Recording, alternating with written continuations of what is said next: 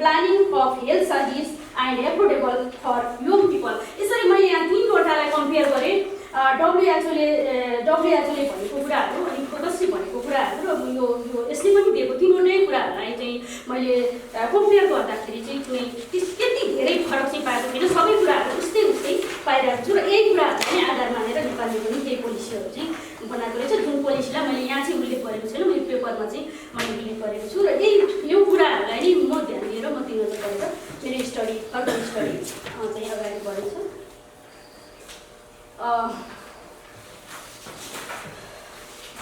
On the basis of different literature, I found the major reproductive health problems of youth like this: early marriage, early sexual activity, early pregnancy and parenthood, difficulties accessing contraception and safe abortion, and high rates of HIV and sexually transmitted infections, limited access to youth-friendly services including information on growth, sexuality and family planning,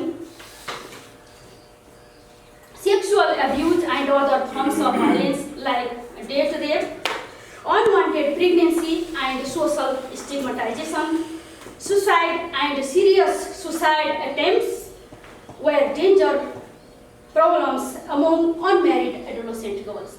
यसरी के देखिन्छ भन्दाखेरि युवाहरूको मुख्य प्रजनन स्वास्थ्य समस्यामा हेर्दाखेरि चाहिँ एकदम समयभन्दा चाँडै विवाह हुने हैन, कलिलै उमेरमा विवाह हुने, अनि त्यसपछि चाहिँ सेक्सुअल एक्टिभिटिजहरुमा उनीहरू चाहिँ यो एज हुने र चाहिँ अर्ली प्रेग्नेन्सी हुने, त्यसबाट चाहिँ विभिन्न किसिमका स्वास्थ्य समस्याहरू देखिने गरेको कुराहरू लिटरेचरहरुबाट देखिएको छ।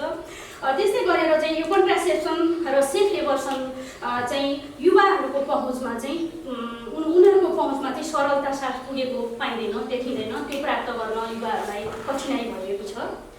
र अर्को चाहिँ के छ भनेर भन्दाखेरि इन्फर्मेसनहरू पनि कमी भएको, युवाहरूमा चाहिँ जुन युवामा चाहिँ स्वास्थ्य सेवा नै उपलब्ध छ कि छैन भन्ने कुरामा नै कन्फिडेन्स छैन कतिपय युवाहरूलाई नै थाहा छैन उनीहरूलाई त्यो सेवा छ कि छैन भन्ने बारेमा, त्यस्तो खालको लिटरेचरले देखाएको छ।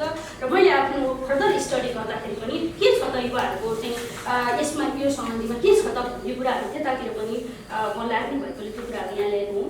र अर्को सेक्सुअल एब्युज अनि डेथ रेपको कुराहरू, रेपको कुराहरू त झन् नेपालमा पर्नै परेन डे बाई डे उयो अघि होइन। अनि त्यसपछि गएर त्यस्तै अनवान्टेड प्रेग्नेन्सी र सोसल स्टिग्माटाइजेसन कस्तो हुँदो रहेछ भन्दाखेरि युवाहरू चाहिँ त्यो स्वास्थ्य सेवाहरू खोज्न जाँदाखेरि, उनीहरू त्यो प्रयोग गर्न जाँदाखेरि सोसाइटीले थाहा पायो भने यसले त कस्तो नराम्रो काम गरेको भनेर सोसाइटीमा एकदम दाग लाग्ने खालको, सोसाइटीले चाहिँ नराम्रो प्रकारले हेर्ने गरेको पनि लिटरेचरहरू चाहिँ त्यसरी देखाएको छ।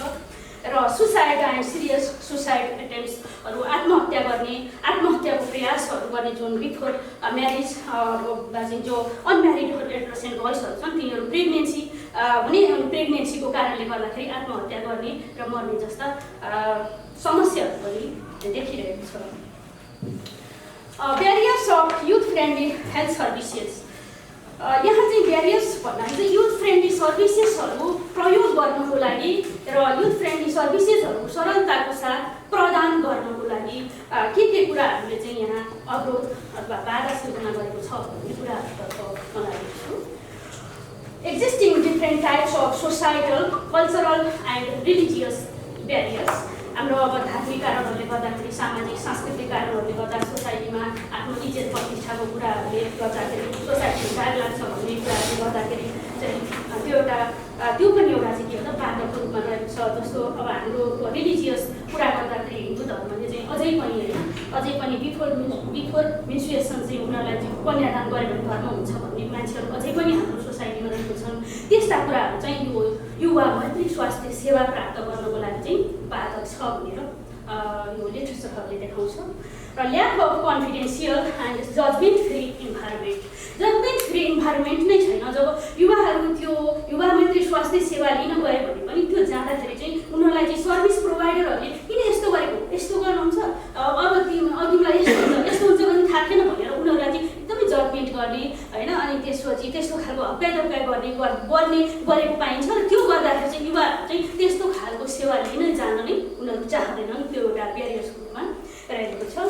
र the key barriers to the use of sexual health service in Nepal are embarrassment and poor negotiation skills, poor youth-friendly health services, poor sexual and reproductive health knowledge, and influence of alcohol and fears, low level of education attainment, limited sex education, inhibited attitudes towards sex, and limited information on risk of adolescent child-rearing, and negative staff attitudes. मैले अघि नै कुरा गरेको छु नि, स्टाफहरुको attitude चाहिँ negative नभएको पाइएको छ है। प्यारेन्ट्सको रूपमा चाहिँ यी कुराहरू रहेका छन्। Sexuality related topic has been taken as taboos in many Asian countries, not only in Nepal. धेरै एसियन कन्ट्रीहरुमा चाहिँ सेक्स, सेक्सुअलिटी यस्ता कुराहरुलाई चाहिँ यस्तो टपिक्सहरुलाई नै एउटा ट्याबोजको रूपमा लिने गरेको पाइन्छ। यो पनि युवा मैत्री स्वास्थ्य सेवा प्रदान गर्नको लागि र युवा मैत्री स्वास्थ्य सेवा लिनको लागि दुवै कुराको लागि बाधक छ। Nepalese society also not exceptional comparing with other Asian countries. Nepalese society have also many strong traditional norms and beliefs relating to sex and sexuality, and these issues are rarely discussed in the family environment. यो sex र सेक्सुअलिटीको इस्युजहरुलाई चाहिँ family इन्भाइरोमेन्टमा, हाम्रो Nepali family इन्भाइरोमेन्टमा चाहिँ discuss गर्न सकिँदैन, भन्न सकिँदैन, कारणहरू चाहिँ हामी छलफल गर्न नि सकिँदैन। इभन धेरै मान्छेहरू, हामी एकाडेमिक मान्छेहरू जम्मा भएको ठाउँमा पनि यस्तो सेक्सको कुरा पनि के गरे होला भनेर भन्ने खालको त हामी सुन्छौँ हैन। सेक्सलाई चाहिँ त्यसरी हेरेको पाउँछौँ भने अब हाम्रो फ्यामिली इन्भाइरोमेन्टमा त त्यो कुराहरूलाई छलफल गर्ने चाहिँ अब सिकाउने, सिक्ने भन्ने कुराहरू चाहिँ एकदमै न्यून छ। र जुन कुरा चाहिँ युवा मैत्री स्वास्थ्य सेवाको लागि बाधक छ। Friendship between girls and boys are still hardly accepted in Nepal. Many of parents even discourage their daughters for meeting and talking with boys. नेपालमा के छ भन्दाखेरि अब छोरीहरूले विशेष गरेर छोरीहरूले चाहिँ केटाहरूसँग कुरा गर्यो भने त्यही कुराहरू छलफल गर्ने त्यस्तो कुरालाई पनि हार्डली केटा साथीहरूलाई पनि हार्डली एक्सेप्ट गरिन्छ। एकदम गाह्रो हुन्छ बुवाआमाहरूलाई, त्यो को हो, कहाँ बस्छ, कसको छोरा हो, के गर्छ, त किन आएको, किन साथी भएको, यस्तो खालको कुराहरू चाहिँ बुवाआमाले त्यसरी गर्नुहुन्छ। र यस्तो परिस्थितिमा यो चाहिँ यहाँ चाहिँ मैले भन्न खोजेको थिएँ भने बुवाआमाले त्यसरी निगरानी राख्नै हुँदैन भन्न चाहिँ मैले खोजेको होइन। बुवाआमाले त्यो आफ्नो सन्तानहरूमाथि निगरानी त राख्नुपर्छ, तर आवश्यकता अनुसार मात्रै निगरानी राख्नुपर्छ। र यस्तो खालको इन्भाइरोमेन्टले गर्दाखेरि चाहिँ अब साथीलाई त त्यसरी स्पष्टीकरण दिनुपर्ने जरुरी छ भने युवा मैत्री स्वास्थ्य सेवा लिन परेको खण्डमा त फ्यामिलीमा चाहिँ how they describe ways to overcome the barriers of youth-friendly health services. अब यस्तो बाधाहरू छन्, यो बाधाहरूलाई चाहिँ ओभरकम गर्नको लागि के कस्तो चाहिँ समस्या समाधानको उपायहरू रहेछ त भन्ने कुराहरू मैले लिटरेचरमा हेर्दाखेरि यी कुराहरू पाएको छु।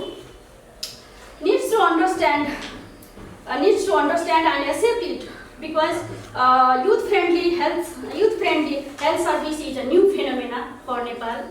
That's why community needs to understand and accept it, value them regardless of their behavior, gender or social standing. Service provider have to consider the essence of the specialized service. Service providerहरूले जो service provider भन्नाले यहाँ युवा मैत्री स्वास्थ्य सेवा दिने व्यक्तिहरूलाई भन्न खोजेको, युवा मैत्री स्वास्थ्य सेवा दिने व्यक्तिहरूले पनि यो स्पेसियलाइज सर्भिस हो, यो युथ फ्रेन्डली हेल्थ सर्भिस भनेको चाहिँ स्पेसियलाइज सर्भिस हो, विशेष सर्भिस हो, विशेष सेवा हो भन्ने कुरा बुझ्नुपर्छ र त्यो विशेष सेवाको विशेषताहरू चाहिँ के छ भन्ने कुरालाई आत्मसात गरेर चाहिँ त्यो सेवा दिनुपर्छ। Intersectoral coordination between Ministries of Health, Education and Youth Affairs, economic empowerment and creating safe space for adolescent girls. Communication is necessary between adolescent and parent on issues such as sexual relationship, early pregnancy, HIV and contraceptions to overcome the reproductive health problems of youth. Use of telephone hotlines, counseling, effort to promote laws and policies. It became successful in Japan, Lebanon and China also. China is not successful हो। जापानमा, चाइनामा, लेबनानमा चाहिँ यस्तो कुराहरू यो उनीहरूलाई चाहिँ 24 our hotline services दिने, युवाहरूलाई चाहिँ जतिखेर आवश्यक पर्छ त्यतिखेर नै उनीहरूले चाहिँ युवा मैत्री स्वास्थ्य सेवाको सम्बन्धमा सोध्न बुझ्न र ती सेवाहरू लिन सक्ने व्यवस्था गरेको छ। र हामीले हाम्रो कन्ट्रीमा पनि त्यस्तै खालको व्यवस्था गर्न सक्यो भनेदेखि चाहिँ हुन्छ कि भन्ने खालको मलाई पनि त्यस्तै लाग्छ। Now, the conclusion. Sex and sexuality is not a matter of shame. It is the crucial aspect of overall health and human beings. That's why it is not necessary to make these issues a